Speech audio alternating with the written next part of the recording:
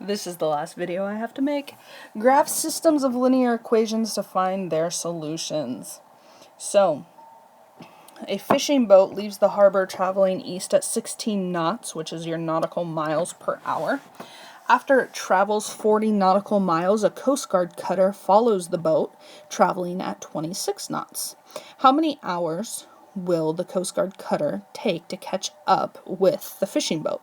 So T is obviously going to be our time in hours, and D is going to be the distance in nautical miles. Okay, so the fishing boat distance, it went 16 knots times the time plus 40. So why we have that is it goes 16 miles, that says 16 miles per hour, but it's got a 40-mile head start on the Coast Guard. The Coast Guard cutter distance it was traveling at 26 miles per hour, or nautical miles per hour, but it hadn't left the harbor yet, so it doesn't have that head start. So we're going to graph each equation, which they did for you. That was nice of them. And the point of intersection, we're going to write as an XY coordinate. If they hadn't graphed each equation, you would have to do that.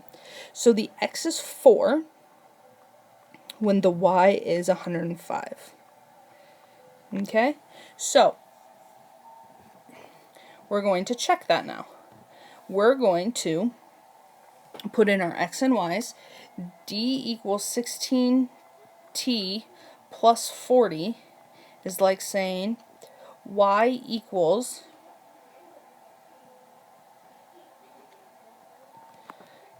16x plus 40.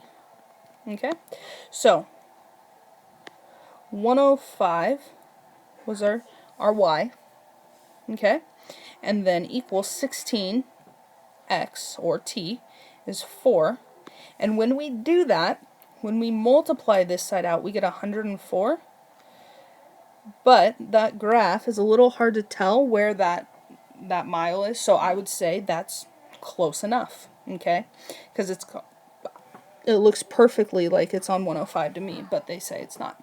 So D equals 26t is like saying Y equals 26x. Okay? So, in for Y, or D, we're going to put 105 again. And in for X, we're going to put 4. So 105 comes down, and 26 times 4 is 104, which again I said was fine. So, they will catch up after 4 hours if the fishing boat was 40 nautical miles ahead. And they would catch up with them at 104, 105 nautical miles away from the harbor. Okay, solve each linear system by graphing, check your answer. Now, what you want to do is you want to make sure both are in the form y equals mx plus b. So you want to make sure you have them solved for y. First equation is solved for y, so you don't have to do anything for it. The second equation is not solved for y, so as you can see here, they solved it for y. They had to move the 3x to the other side by subtraction, and that's where they got the y equals negative 3x plus 3. Okay? Then you graph both of those equations on the same graph, which kindly enough they did for you. So the answer is where those two lines intersect. Okay, so the lines intersect at where x is 2, y is negative 3. So the solution is 2, negative 3. So this is our x and our y. So now we can go through and we can check to make sure we got that right. So we have to check in both equations. So y is negative 3 equals 2 times 2 minus 7. We bring our negative 3 down. 2 times 4, or 2 times 2 is 4, minus 7 is negative 3. So that checks out. Do the same thing.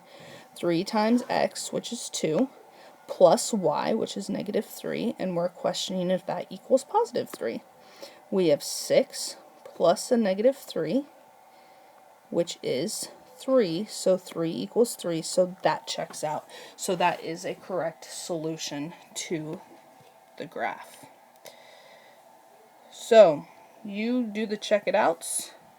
A school bus leaves the school traveling west at 150 miles per hour. After it travels 15 miles, a car follows the bus traveling at 55 miles per hour. How many hours will it be to catch up with the bus? That goes along with example 1. Number 2 goes along with example 2. Make sure you solve both equations for y before you graph them.